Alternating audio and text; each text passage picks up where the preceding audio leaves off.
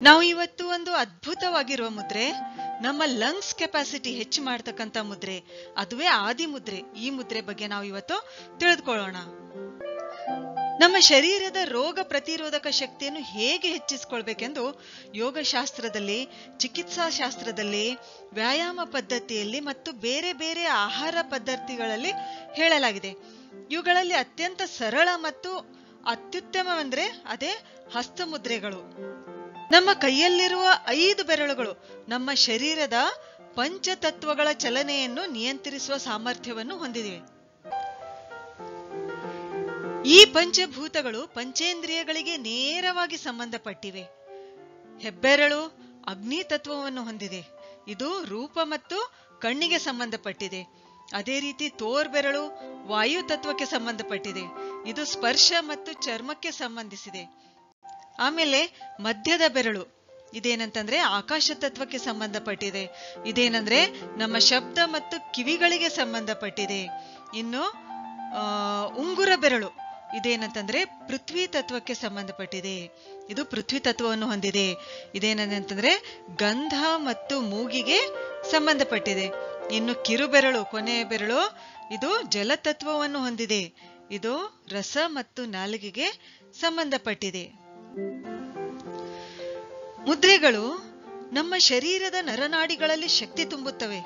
ರಕ್ತದ ಚಲನೆ, ವಾಯುವಿನ ಚಲನೆ ಮತ್ತು ಪ್ರಾಣ ಶಕ್ತಿಯ ಚಲನೆಯನ್ನು ಹೆಚ್ಚಿಸಿ ರೋಗ ನಿರೋಧಕ ಶಕ್ತಿಯು ಹೆಚ್ಚಿಸುತ್ತವೆ.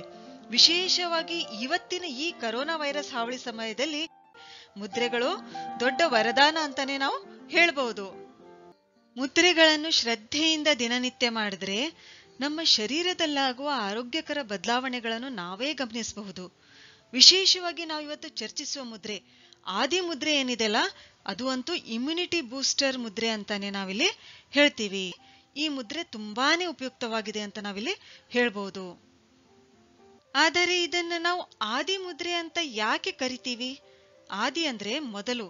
ಯೋಗಿಗಳು, ಚಿಕಿತ್ಸಾ ವಿಜ್ಞಾನಿಗಳು ತಾಯಿಯ ಗರ್ಭದಲ್ಲಿರುವ ಮಗು ಹೊರ ಬರುವವರೆಗೆ ಗರ್ಭದ ಕತ್ತಲೆಯಲ್ಲಿ ಸುರಕ್ಷಿತ, ಸ್ವಚ್ಛ ಮತ್ತು ಶ್ರೇಷ್ಠ ಹೇಗೆ ಇರುತ್ತದೆ ಅಂತ ನೋಡಿದಾಗ, ಮಗು ಗರ್ಭದಲ್ಲಿ ಮುಷ್ಟಿ ಮುಚ್ಚಿಕೊಂಡು ಮುದ್ರೆಯಲ್ಲಿರುವ ಕಾರಣ ಈ ಒತ್ತಡದಿಂದಾಗಿ ರಕ್ತದ ಚಲನೆ, ವಾಯುವಿನ ಚಲನೆ ಮತ್ತು ಪ್ರಾಣ ಶಕ್ತಿಯ ಚಲನೆಯು ಎಷ್ಟು ಅದ್ಭುತ ರೂಪದಲ್ಲಿ ಅದಕ್ಕೆ ಶಕ್ತಿ ಕೊಡುತ್ತದೆ ಅಂದ್ರೆ, ಅದು ಸಂಪೂರ್ಣ ಆರೋಗ್ಯವಂತವಾಗಿ ಮತ್ತು ಸುರಕ್ಷಿತವಾಗಿ ಅದು ಗರ್ಭಚೀಲದಲ್ಲಿ ಇರುತ್ತದೆ. ಆದ್ದರಿಂದಲೇ ಚಿಕಿತ್ಸಾ ವಿಜ್ಞಾನಿಗಳು ಈ ಹಸ್ತ ಮುದ್ರೆಯನ್ನು ಆದಿ ಮುದ್ರೆ ಅಂತ ಕರೆದ್ರು. ಹಾಗಾದ್ರೆ ಈ ಮುದ್ರೆ ಮಾಡೋದ್ರಿಂದ ಆಗ್ತಕ್ಕಂಥ ಲಾಭಗಳೇನಂತ ಮೊದಲು ತಿಳ್ಕೊಳ್ಳೋಣ. ಆಮೇಲೆ ಏನಂತಂದ್ರೆ ಈ ಮುದ್ರೆ ಹೇಗ್ ಮಾಡ್ಬೇಕು ಅಂತ ತಿಳ್ಕೊಳ್ಳೋಣ.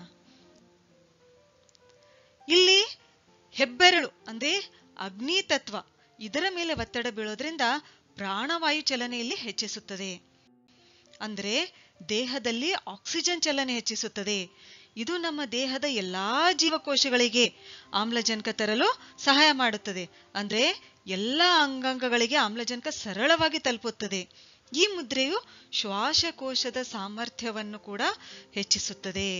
ಅಂದ್ರೆ ಆಮ್ಲಜನಕ ಸರಳವಾಗಿ ಸರಬರಾಜಾದ್ರೆ ಶ್ವಾಸಕೋಶಗಳು, ನಮ್ಮ ಫುಪ್ಪುಸಗಳು ಅಥವಾ ಲಂಗ್ಸ್ ಅಂತ ಏನ್ ಹೇಳ್ತೀವಲ್ಲ, ಇವು ಕೂಡ ಏನಂತಂದ್ರೆ ಬಲಶಾಲಿ ಆಗುತ್ತವೆ. ಇವು ಏನಾಗುತ್ತವೆ, ತುಂಬಾ ಸ್ಟ್ರಾಂಗ್ ಆಗುತ್ತವೆ.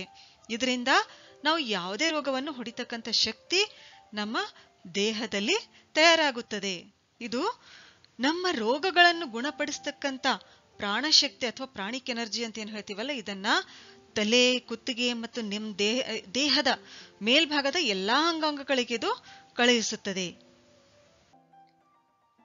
ಹೀಗೆ ಈ ಆದಿ ಮುದ್ರೆಯು ನಮ್ಮ ಪ್ರಮುಖ ಅಂಗಗಳು ಅವೆಲ್ಲ ಏನಂತಂದ್ರೆ ಪರಿಣಾಮಕಾರಿಯಾಗಿ ಕಾರ್ಯನಿರ್ವಹಿಸಲು ಇದು ಸಹಾಯ ಮಾಡುತ್ತದೆ. ಎಲ್ಲಾ ಅಂಗಗಳಿಗೂ ಆಮ್ಲಜನಕ ತುಂಬಾ ಸರಳ ರೂಪದಲ್ಲಿ ಈ ಮುದ್ರೆ ಮಾಡೋದ್ರಿಂದ ತಲುಪುತ್ತದೆ. ಆದ್ದರಿಂದ ಎಲ್ಲಾ ಅಂಗಗಳು ಇಲ್ಲಿ ಪರಿಣಾಮಕಾರಿಯಾಗಿ ಕಾರ್ಯನಿರ್ವಹಿಸುತ್ತವೆ. ಯಾಕಂತಂದ್ರೆ ಇದು ಎದೆಯ, ಗಂಟಲಿನ ಮತ್ತು ತಲೆಯ ಭಾಗವನ್ನು ನಿಯಂತ್ರಿಸತಕ್ಕಂಥ ವಾಯು ಏನಿದೆಯಲ್ಲ, ಅದು ಉದಾನ ವಾಯು ಅಂತ ಹೇಳ್ತೀವಿ. ಈ ವಾಯುವನ್ನು ಈ ಆದಿ ಮುದ್ರೆ ಮಾಡೋದ್ರಿಂದ ಉತ್ತೇಜನಗೊಳ್ಳುತ್ತದೆ. ಉದಾನ ವಾಯು ಏನಾಗುತ್ತೆ, ಇಲ್ಲಿ ಉತ್ತೇಜನಗೊಳ್ಳುತ್ತದೆ. ಆಮೇಲೆ ಗಂಟಲು ಮತ್ತು ತಲೆಯ ಭಾಗದಲ್ಲಿ ಇಲ್ಲಿ ಆಮ್ಲಜನಕದ ಕೊರತೆ ಆದಾಗ ನಮ್ಗೆ ಗೊರಕೆ ಬರುತ್ತದೆ. ಈ ಮುದ್ರೆ ಮಾಡೋದ್ರಿಂದ ಈ ಭಾಗಗಳಿಗೆ ಆಮ್ಲಜನಕ ಹೆಚ್ಚು ಸರಬರಾಜಾಗೋದ್ರಿಂದ ಗೊರಕೆ ತೊಂದರೆ ಕೂಡ ಏನಾಗುತ್ತೆ, ಇಲ್ಲಿ ನಿವಾರಣೆ ಆಗುತ್ತೆ. ನಮ್ಮ ನರಮಂಡಲವನ್ನು ಶಾಂತಗೊಳಿಸುತ್ತದೆ ಮತ್ತು ಕ್ರೌನ್ ಅಥವಾ ಸಹಸ್ರ ಚಕ್ರ ಅಂತ ಏನ್ ಹೇಳ್ತೀವಲ್ಲ, ಅದ್ರ ಹತ್ತಿರ ಇರತಕ್ಕಂಥ ಮೆದುಳನ್ನು ಈ ಮುದ್ರೆ ಉತ್ತೇಜಿಸುತ್ತದೆ. ಸಂವೇದನಾ ವ್ಯವಸ್ಥೆಯನ್ನು ಕೂಡ ಈ ಮುದ್ರೆ ಉತ್ತೇಜಿಸುತ್ತದೆ. ಮಾನಸಿಕ ಕ್ರಿಯಾಶೀಲತೆಯನ್ನು ಹೆಚ್ಚಿಸುವ ಮೂಲಕ ಸ್ವಯಂ ಸಂಪರ್ಕವನ್ನು ಉತ್ತೇಜಿಸುತ್ತದೆ. ನಮ್ಮ ಅರಿವು ಅದನ್ನು ಹೆಚ್ಚಿಸುತ್ತದೆ. ಡಿಪ್ರೆಷನ್ ಆಗಲಿ, ಆಂಗ್ಸೈಟಿ ಆಗಲಿ, ಟೆನ್ಷನ್ ಆಗಲಿ, ಇವುಗಳನ್ನು ದೂರ ಮಾಡುತ್ತೆ. ಇನ್ನು ಈ ಮುದ್ರೆ ಮಾಡೋದ್ರಿಂದ ಸಕಾರಾತ್ಮಕ ಕಂಪನಗಳನ್ನು ಗ್ರಹಿಸ್ತಕ್ಕಂಥ ಶಕ್ತಿ ಬರುತ್ತೆ. ಅಂದ್ರೆ ಸೆನ್ಸಿಂಗ್ ಪಾಸಿಟಿವ್ ವೈಬ್ರೇಷನ್ಸ್, ಆ ಪವರ್ ಬರುತ್ತೆ ನಮ್ಮಲ್ಲಿ. ಆದಿ ಮುದ್ರೆ ಮಾಡುವಾಗ ಓಂ ಎಂದು ಜಪಿಸುವುದು ನಮ್ಮೊಳಗಿನ ಒಂದು ಅದ್ಭುತ ಸಕಾರಾತ್ಮಕ ಶಕ್ತಿಯನ್ನು ಹೆಚ್ಚಿಸುತ್ತದೆ. ಶಿವ ಸಂಹಿತೆಯಲ್ಲಿ ಪಂಚಭೂತಗಳ ಬಗ್ಗೆ ಡಿಟೇಲ್ ಆಗಿ ವಿವರಣೆ ಇದೆ.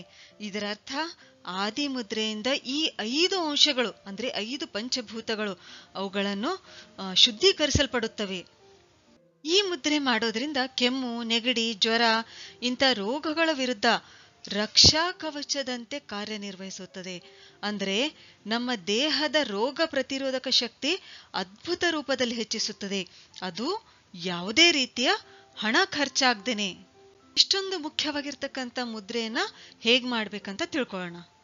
ನಮ್ಮ 2 ಕೈಗಳ ಹೆಬ್ಬೆರಳುಗಳನ್ನು ಕಿರುಬೆರಳು ಕೆಳಗೆ ಇಡಬೇಕು. ಉಳಿದ 4 ಬೆರಳುಗಳನ್ನು ಮಡಿಸಿ ಮುಷ್ಟಿಯ ರೀತಿ ಹಿಡಿಯಬೇಕು. ತುಂಬಾ ಜೋರಾಗಿ ಕೂಡ ಹಿಡಿಯಬಾರದು. ಇದನ್ನ ವಜ್ರಾಸನ, ಸಿದ್ಧಾಸನ, ಸುಖಾಸನ, ಪದ್ಮಾಸನ ಯಾವ ಆಸನದಲ್ಲಿ ಕುಳಿತು ಕೂಡ ನಾವಿದನ್ನ ಮಾಡಬಹುದು. ಒಂದು ವೇಳೆ ಮೊಳಕಾಲ್ ತೊಂದರೆ ಇದ್ರೆ ನಾವು ಚೇರ್ ಮೇಲೆ ಕುಳಿತು ಕೂಡ ಇದನ್ನ ಮಾಡಬಹುದು. ಅಥವಾ ಕುಳಿತುಕೊಳ್ಳಲು ಆಗದೇ ಇದ್ರೂ ಕೂಡ ನಾವಿದನ್ನ ಮಲಗಿ ಕೂಡ ಶವಾಸನದಲ್ಲಿ ಕೂಡ ನಾವಿದನ್ನ ಮಾಡಬಹುದು. ಆಮೇಲೆ ಇದು ಮಾಡಬೇಕಾದ್ರೆ ನಾವು ಮುಖ್ಯವಾಗಿ ನೆನ್ಪಿಡತಕ್ಕಂಥ ಒಂದು ಅಂಶ ಏನಂತಂದ್ರೆ, ಇಲ್ಲಿ ನಾವು ದೀರ್ಘವಾಗಿ ಉಸಿರಾಡಬೇಕು, ಡೀಪ್ ಆಗಿ ಬ್ರೀತ್ ಮಾಡಬೇಕು.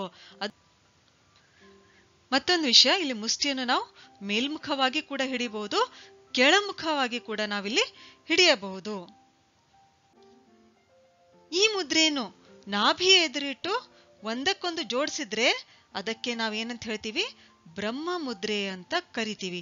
ಇದೇ ಆದಿ ಮುದ್ರೆಯನ್ನೇ ನಾವು ಬ್ರಹ್ಮ ಮುದ್ರೆ ಅಂತ ಕರಿತೀವಿ. ಇಲ್ಲಿ